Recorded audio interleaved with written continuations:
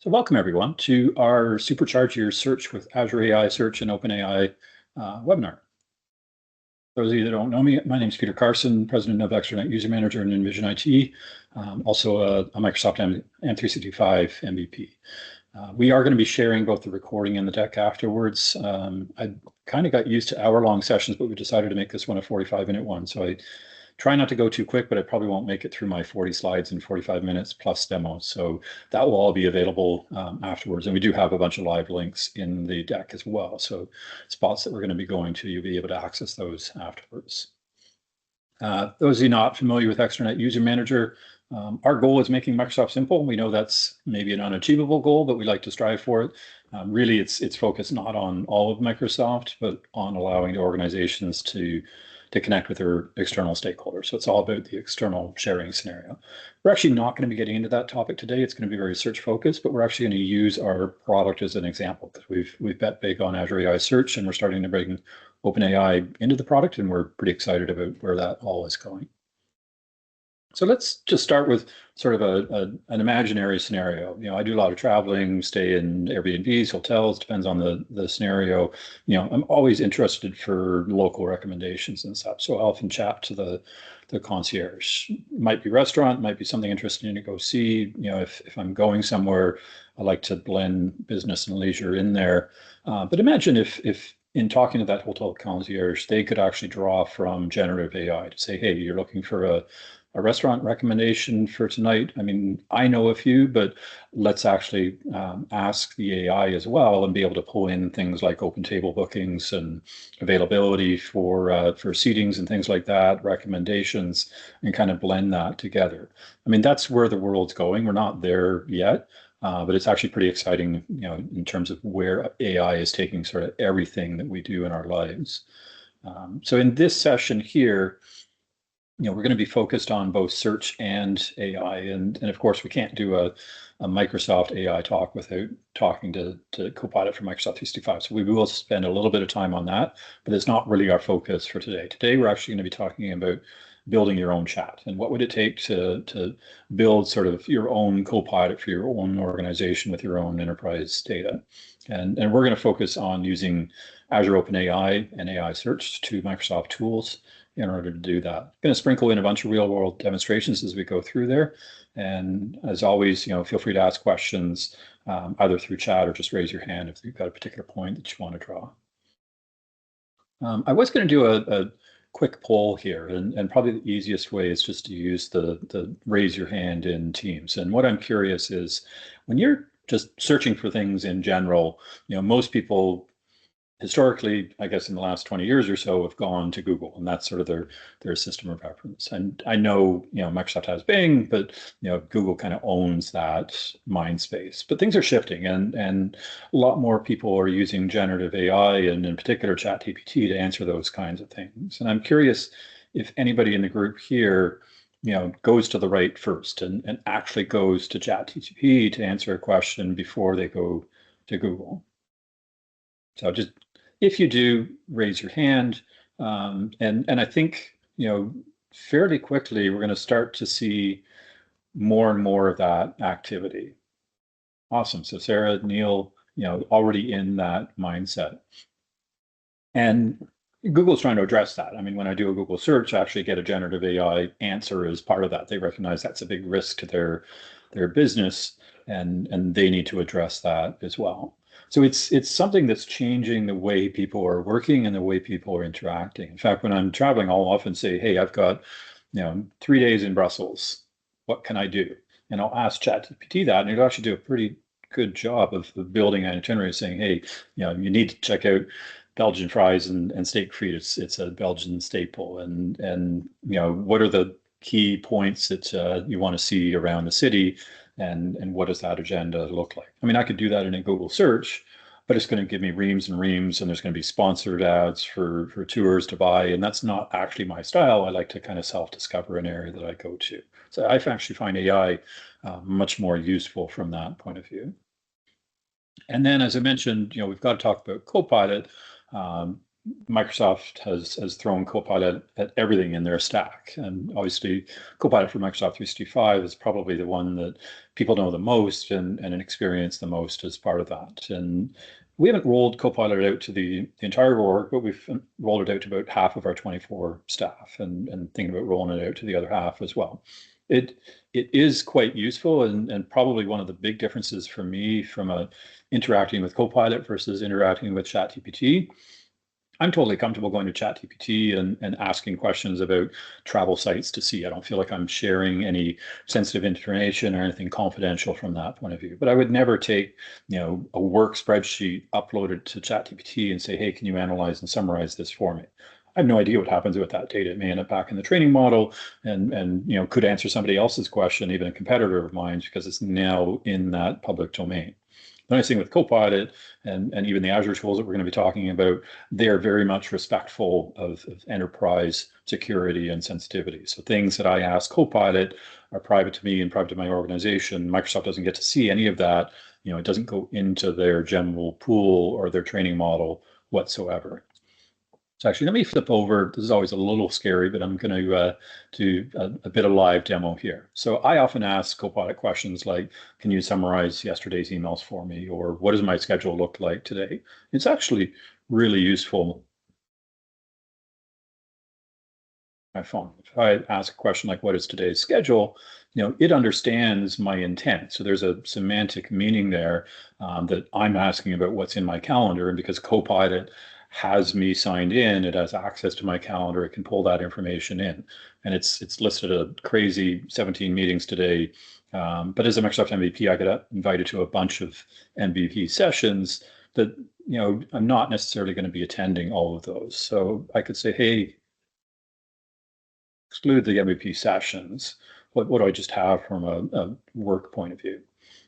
So the large language model has a concept of memory, and it understood the first question I asked, and then I asked a second question that has context to that first one, and it's actually trimmed it down and given me actually a quite reasonable summary of what I've got going on today. I did actually make it to yoga. Awesome. I had some time to prep for the webinar, and then we're here in the webinar. We've got a debrief, and then sort of the afternoon rolls out from there. So super useful to be able to combine that enterprise data and the large language model in a private sort of walled garden. So how does Copilot actually do that? This looks a little overwhelming. It's actually not. And the stuff that I'm going to be showing later is actually using the same model that we're talking about here. It's a concept called retrieval augmented generation, and it's combining search and large language models together. So let's just follow the numbers through here. I asked that question, what is my schedule today? So that was a user prompt. And there's a whole, sort of science behind prompt engineering. And if you're starting to play with AI, you should think about, how do I form prompts and ask the right questions of AI, because you'll get very different answers back from that point of view. But then there's a very important concept in AI called grounding. This idea that I don't want the model to draw in everything that it knows. I want it to target to something particular. And Copilot understood my question to say, what's my schedule today? To say, I need to ground that to my calendar. So it's actually asking a question down here to Microsoft Graph to say, hey, let's go into Peter's calendar and do some searches to say, hey, give me back all of the events scheduled for today as content. So it takes that content and it modifies the prompt. So it doesn't just ask the large language model, what's Peter's schedule for today? It says, build a summary for Peter for his schedule, and here's all of his scheduled data that came out of Graph. So it did a search against Graph, it took that content, and it modified the prompt and made it part of the prompt and passed it over to the large language model. And this is where the magic of the black box of AI happens to say, hey, let's take all that content and the question that was being asked and build a large language model response to that. Now, there's an important step happening in here, and as you're thinking about things like Copilot readiness, it's really important to think about compliance and Microsoft Purview. What sensitivity of content was that question being answered with, and should I be aware of that as somebody responding to a prompt as part of that? My calendar may or may not be sensitive, but maybe the content that it was pulling in through Microsoft Graph was a bunch of highly sensitive documents that I legitimately have access to, but I should be aware if the large language model was building a response for me so that I can treat the response appropriately. Maybe it has personal health information because I'm in the medical field, and I shouldn't put that into my public presentation as part of that. So there's a lot of nuances around how you roll out Copilot in your organization. That's a whole other topic. We're launching a Copilot readiness service for our clients as part of that. But this right-hand part here, this large language model, that's one of the pieces that we want to focus on for today's webinar. And we're using an Azure service called OpenAI. So if you're familiar with ChatGPT and the OpenAI models and large language models that you can get in that public interface, and you can get it for free, or you can sign up for a subscription with OpenAI, those same models, that same technology is available in Microsoft Azure. Now, it's not free. You have to pay for those services, just like anything typically in Azure, and you pay for consumption. Later, I'll talk about the pricing model around that.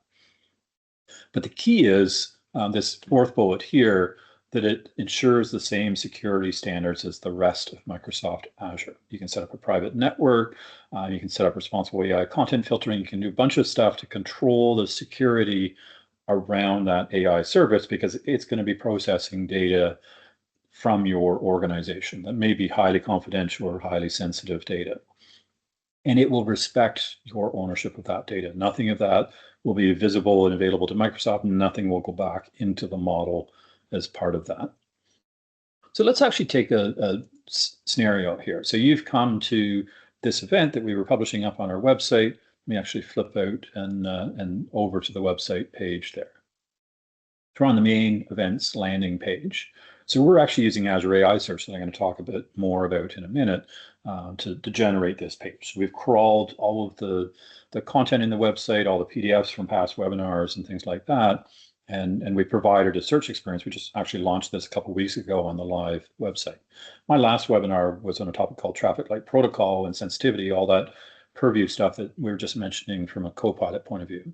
So if I put in a search term like TLP to say, hey, I'm curious about that, I'm actually going to be talking on that topic in Dallas in a couple of weeks' time. That's just looking at my upcoming events. I could switch that over to all. This is kind of a Google style of interface to that, which is one way of interacting with this. But what if we wanted to take this enterprise data, sure, it's public, but it's still our content, and expose the chat interface to that on the website itself? How would we do that, and what would that look like? Now, full disclosure, there's a bit of smoke and mirrors still going on here because we didn't get all the pieces wired together. There's actually a lot of pieces to this. And I'll get under the hood, but I want to start with sort of the user experience and what that looks like. So think about that question I just asked. I typed TLP into the search, and I got some topics back that may be relevant to that. But it didn't extract the content and give it to me in an easily digestible way. I would have to go into those webinar presentations and dig through to the appropriate slide and find that content. If I just want to answer the question, what is TLP? I don't know what that acronym is. I can ask the large language model that question. It can do a search, get the results, pass that over to the large language model, and give a summary back to me from that. And that's what's been happening here. So it's explaining to me that the traffic light protocol, was developed originally by the UK, and it encourages the sharing of sensitive information within controlled environments. And really importantly, it's giving me some links to citations here. So, this safe sharing with purview information protection and the traffic light protocol, that was a webinar that I gave a month or so ago. So I can actually click into that and see the whole content from there. There's one thing about responsibly using AI is not trusting it. Hallucinations is a term most people are probably familiar with by now. AI can make up things, can make mistakes. You do want to both surface up the citations and encourage people to fact check and double check. This has given me a good summary. Let me dig in and see if that's exactly what I was looking for and that it's accurate from that point of view. I could continue the conversation to say, okay, that's interesting, but I want to use TLP with purview. So what does that mean? So I can ask that question. Now I'm using the pre-baked prompts. I could type in my own prompts and it would do the search, and large language model as part of that. Kind of queue this up for demo purposes to say, hey, this is what it means from a purview point of view. There's labels that I can create and apply. There's encryption and access controls and automatic labeling. There's a lot of things you can do with purview and Microsoft 365 around that. And it actually becomes very important from an AI point of view. And if I want to get deeper and say, hey, I see a bunch of labels there. What are these strict labels? Tell me more about them. It can be some detail around that. So it becomes very conversational. I ask a question, I get part, I refine my question. The large language has memory of my previous questions. It's continuing to search the content to be able to answer that and form a response from that. So it's a very powerful way of interacting. We're actually planning on taking our whole knowledge base, which is in Zendesk right now, moving it into our website and lighting it up with this interface. So this very soon is actually going to be publicly available on our website to play around with all of the content that we have in the website. So I mentioned this term, retrieval augmented generation. I mean, it's not a Microsoft term. It's an industry term of how do you not depend just on the knowledge that's in the large language model, but how do you blend that with your enterprise knowledge, which is where the search piece and the retrieval piece comes in as part of that.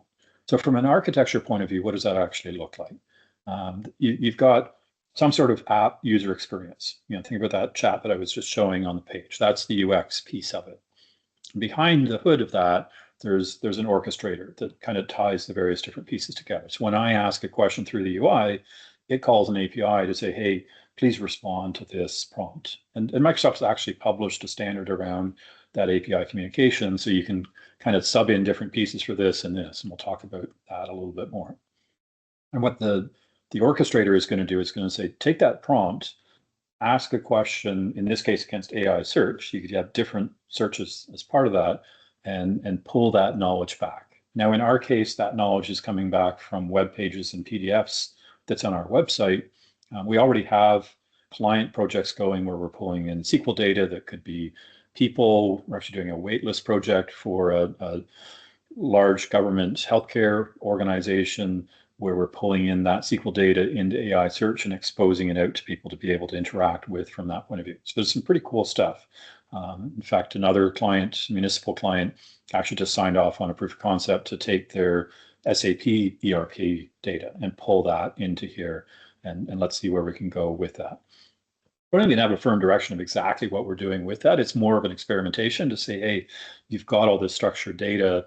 Everybody's interested in AI. Let's play around a bit and let's see what we can do with it. So we're still in early days, a lot of this stuff, but there's some very interesting things happening already from that point of view.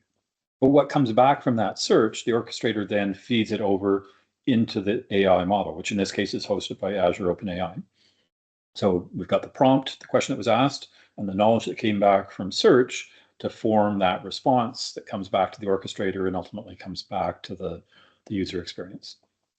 Now, Microsoft has published a number of models of what this looks like, depending on different technology stacks. And they all do the same thing, they just do it in different ways. And we're kind of cherry picking bits from one and another as part of that. So we've taken parts of what we see here, which is this example here. That's a live link over to their Learn article, and there's a whole GitHub repo with all the code components. You can actually get this service up and running yourself fairly easily as part of that.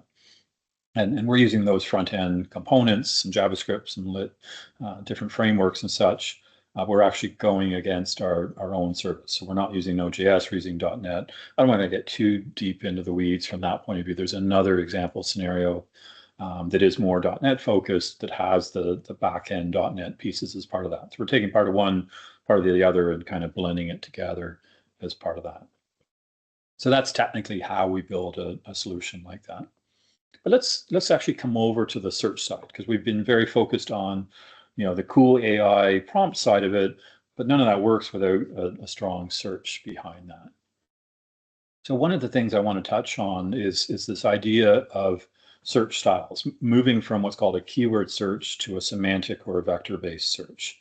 So keyword search historically is what Google used right back to the early days. Basically, it means I type in one or more words into the search box, and it's going to query all the documents, all the content that it has in its index, which in Google's case is basically the entire internet that's publicly available, and look for things that have those terms in it. And the more times those terms appear in those documents, the higher up the page is going to be. Now things have evolved. People got into what's called keyword stuffing years ago, where they just throw a bunch of keywords in so they would get higher on the rank in Google. Google actually punishes you now for doing things like that from an SEO point of view. And they've got smarter around semantic and vector search as well. And what the semantic and the vector search means is not just looking for the words themselves, because there could be synonyms, there could be, different spellings, languages, things like that. But what do those words actually mean, and how do I find content that's relevant to that meaning? So this is where things are moving from a search point of view, is into the semantic and the vector search. So understanding, what is the meaning behind the query rather than just matching keywords. And vector search is kind of formalizing that in a mathematical model to say, hey, let's take content and represent it with a vector, a series of numbers. And you can't look at those numbers and understand what that content means, but the search model can.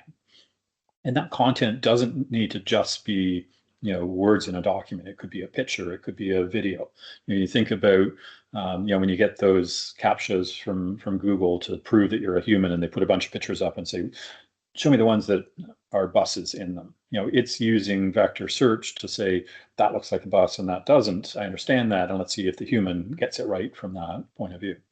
I think we'll see, AI kind of beating those sorts of things, and they'll become redundant fairly soon. That's a different topic. So this idea of, it's called embedding, basically translating the text, which could be the documents themselves that have been crawled, or it could be the query that somebody typed in as a prompt, and running it through what's called an embedding model, and representing it as a vector, a long string of numbers that represents the actual meaning of that content. And there's this concept in vector search about proximity. So if you have two vectors that are in close proximity to each other, the content that those two things represent must be relatively similar from a semantic meaning. And that's where search can become very powerful to say, hey, take that prompt and go find me content that's related to that.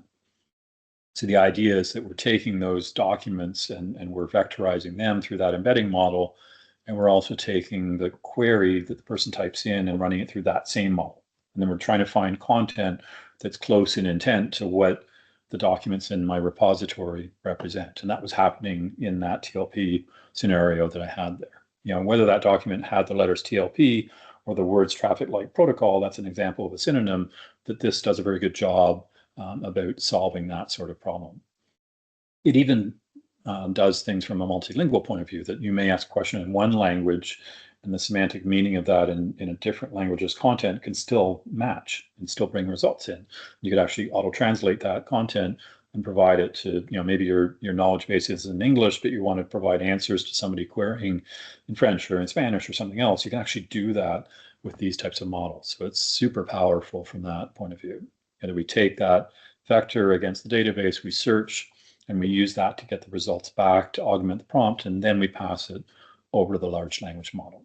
I know I'm getting a little deep and technical, apologies on that, but I wanted people to understand, what's driving this and how is it all hanging together. So you don't have to use Azure AI Search to do this. It is one of many ways to do this. In fact, some of the Microsoft examples use a Cosmos database, which is a different style of database to do that vector search. We've chosen Azure AI Search because it's what we've built our product on from a search point of view, and we're just going to kind of continue down that path from that perspective. So it does both keyword search, semantic, and vector search. And you can even do what's called a hybrid, where you say, hey, do both a keyword and a vector search and kind of mash those results together to get the best of both worlds from that point of view. Now, it does have some costs to it. There's both OpenAI pricing costs and Azure AI Search costs. The OpenAI pricing is a little hard to figure out exactly. They price it based on price per number of tokens, and tokens roughly equate to about 4 characters in English. So they're not quite a word. They're a little bit less than that, but there's not an exact science of exactly what that matches to from that point of view.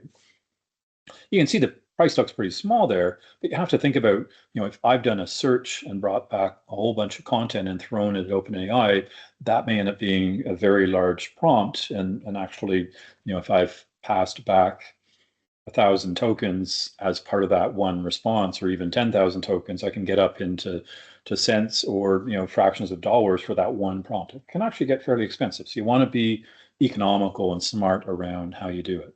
there's this concept called chunking, where you say, take my big documents and break them up into smaller chunks so that when I'm feeding them OpenAI, I'm only feeding a small portion of the document rather than the whole thing. That actually keeps my costs down from that perspective. And something that worries clients, if we were to open this up on a client's public website, I'm going to show you in a bit what we've been doing with City of Windsor and NBA in Canada on their public websites. What would that cost? Can't really answer that question. We don't know how much people are going to use it, how complex the queries they're going to run for that.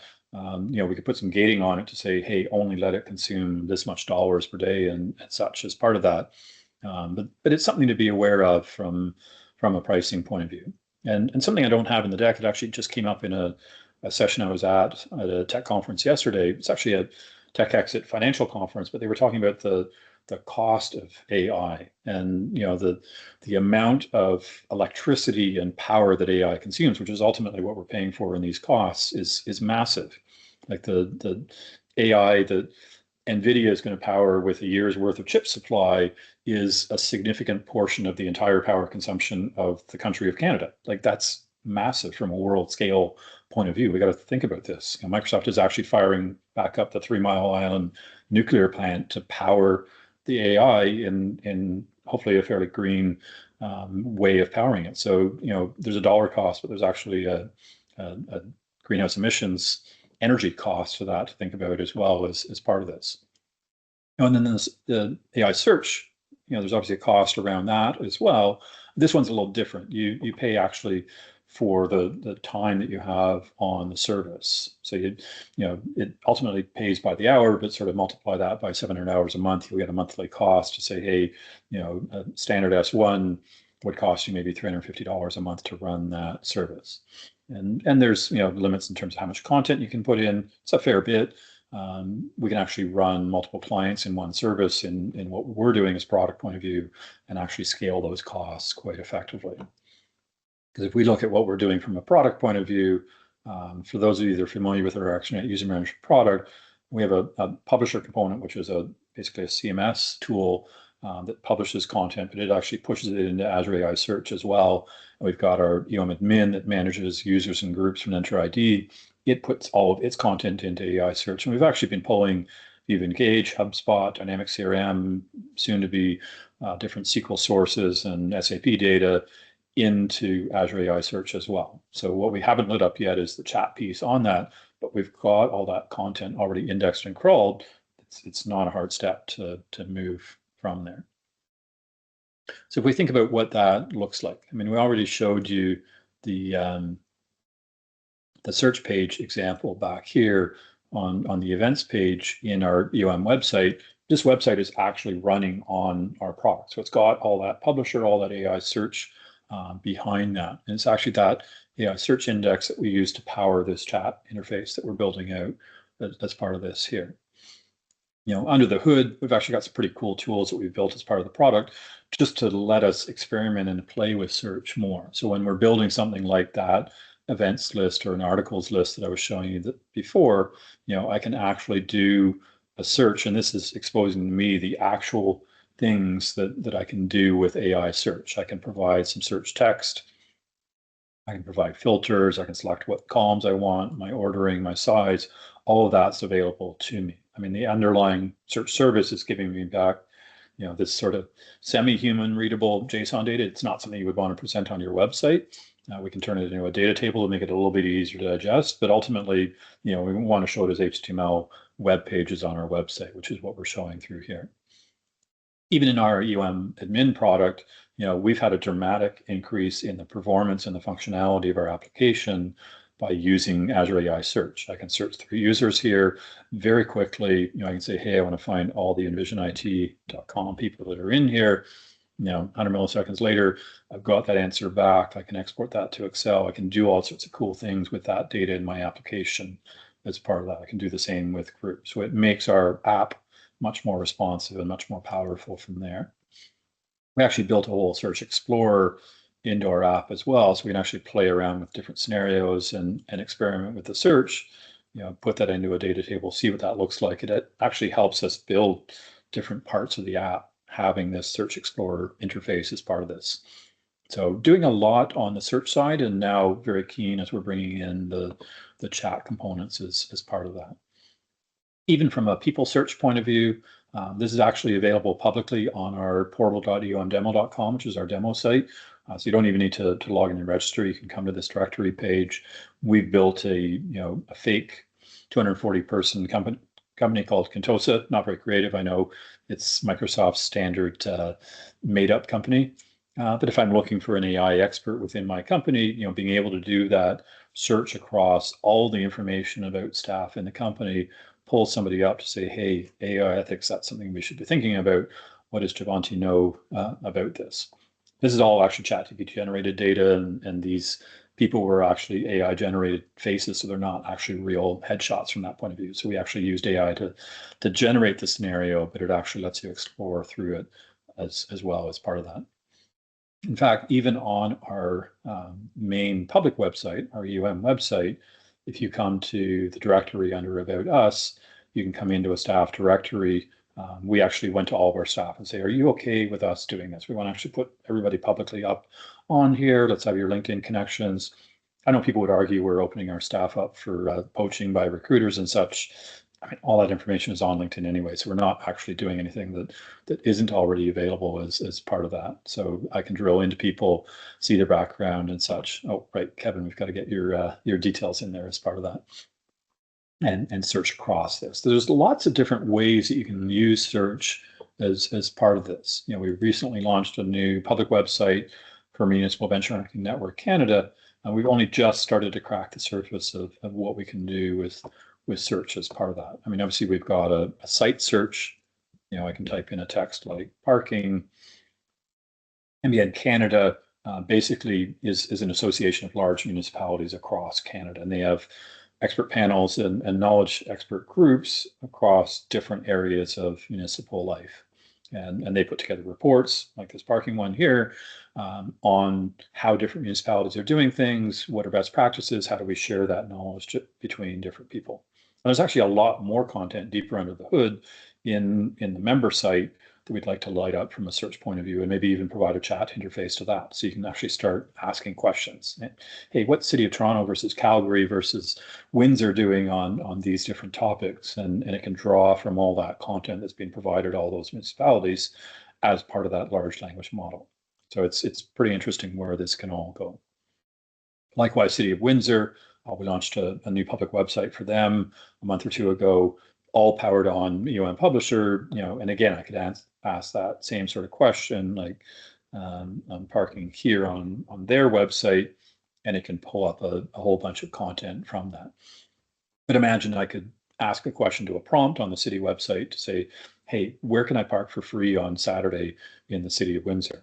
It's got all that content in the public website. There's literally thousands of pages of web content and PDF documents that search and large language model can now give you an answer back. That becomes really powerful from a citizen engagement point of view, and things that you can do on your public website or in the MBN scenario from a private website perspective as well. So lots of different things to think about from that perspective. If we come back to the talk here, so that's what we've been doing from a search architecture perspective. Let's just circle back sort of some key points that we've touched on through here. So this is both a search and a chat experience talk. That search part is really important. The large language model, the chat, is not going to give you meaningful answers if the content that it's pulling in is not relevant to that. In fact, key point, if we come back to our Extranet User Manager website for a second here, and I come over to events and I go to all here. So we've got, if I go to my last page, content going back to 2019 in here. When we first lit up sort of the chat demo experience that we were building here against our content, we hadn't pruned any of our data from our website. We had events going back literally to 2008. So we were asking questions of it, and search didn't know sort of the relevancy of the content in terms of dates published, and it was pulling back very old data and very incorrect answers as part of that. So it's something you got to be really careful about as you're thinking about that. It's not just, do you have an effective search, but is that search grounded on the appropriate content? You really have to think about, how do I prune and clean up my content so that my chat experience is not going to give some 10-year-old response that's not appropriate or relevant anymore as part of that. So you got to be really careful around what content is getting hoovered up by search, and is it all appropriate from that point of view? So think about grounding and security. I mean, the scenarios that I was showing you just there are very much publicly available, but what if that content is private? We have the ability in our portal experience. So if I'm back over here, to actually sign in to the portal. So can we use something about the signed in person to decide what they should be able to see? And we've actually built that into our search experience, that we can tag content to different groups that people belong to, so that when you execute the search, they have to belong to that in order to see that. So if I'm in, say, this committee site, because I belong to this particular committee, and there's a bunch of committee documents and past meeting documents as part of that, maybe I can ask questions that are grounded to this context, but I need to be a member of this committee in order to see that, so that somebody else can't access that content that they shouldn't have as part of that. So cleaning up the security is a really important part of that. And I've shown you one example, which is very much a technical build your own approach to that. You can actually do a lot in Copilot itself. There's a thing called Copilot Studio where you can actually build your own copilots. You can do the scenarios that I've been showing where you want to bring in your enterprise structured data actually into Copilot itself. You can actually play around with it in Azure itself too. If you've got an Azure subscription, there's something called Azure AI Studio. And I meant to have the link available, but I forgot to, so give me 1 second here. So let's come into the chat playground here.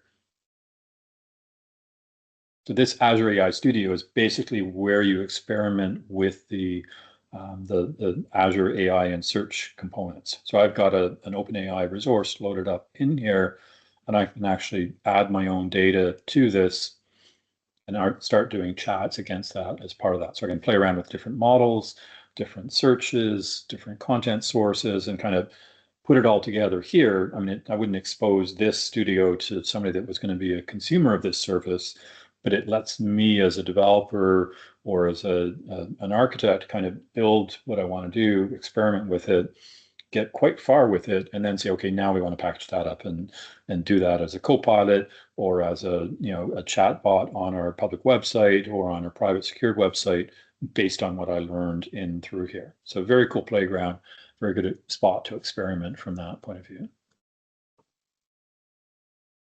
And ultimately, I've only scratched the surface of what you can do with Azure AI Search. There's a ton there from that perspective. So where does this all take you? Obviously, productivity and decision making are key things. Being able to deal with the information overload that all of us as knowledge workers deal with, and kind of let search and AI take some of that workload on and make me more productive, make me more able to make the appropriate decisions as part of that, which ultimately leads to cost savings. Can I light this up to my customers, my partners, my vendors, and provide a better experience from that point of view? And ultimately, employees are going to use AI tools probably with or without your blessing.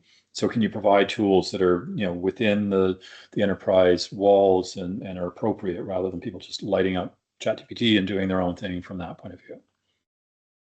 So lots of links in here. Like I said, we're going to publish the deck up so you'll have access to all of these as part of that.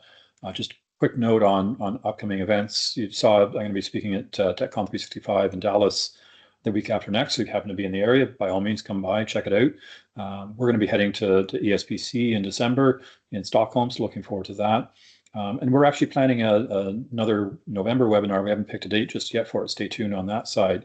But it's something we're very excited about, which is our new self-serve freemium M365 tenant dashboard. I know that's a big mouthful. We maybe play around with the name of the product from that point of view, but basically it's the ability to allow us to gather a bunch of metadata and metrics about your M365 tenant and present it back to you in a meaningful dashboard.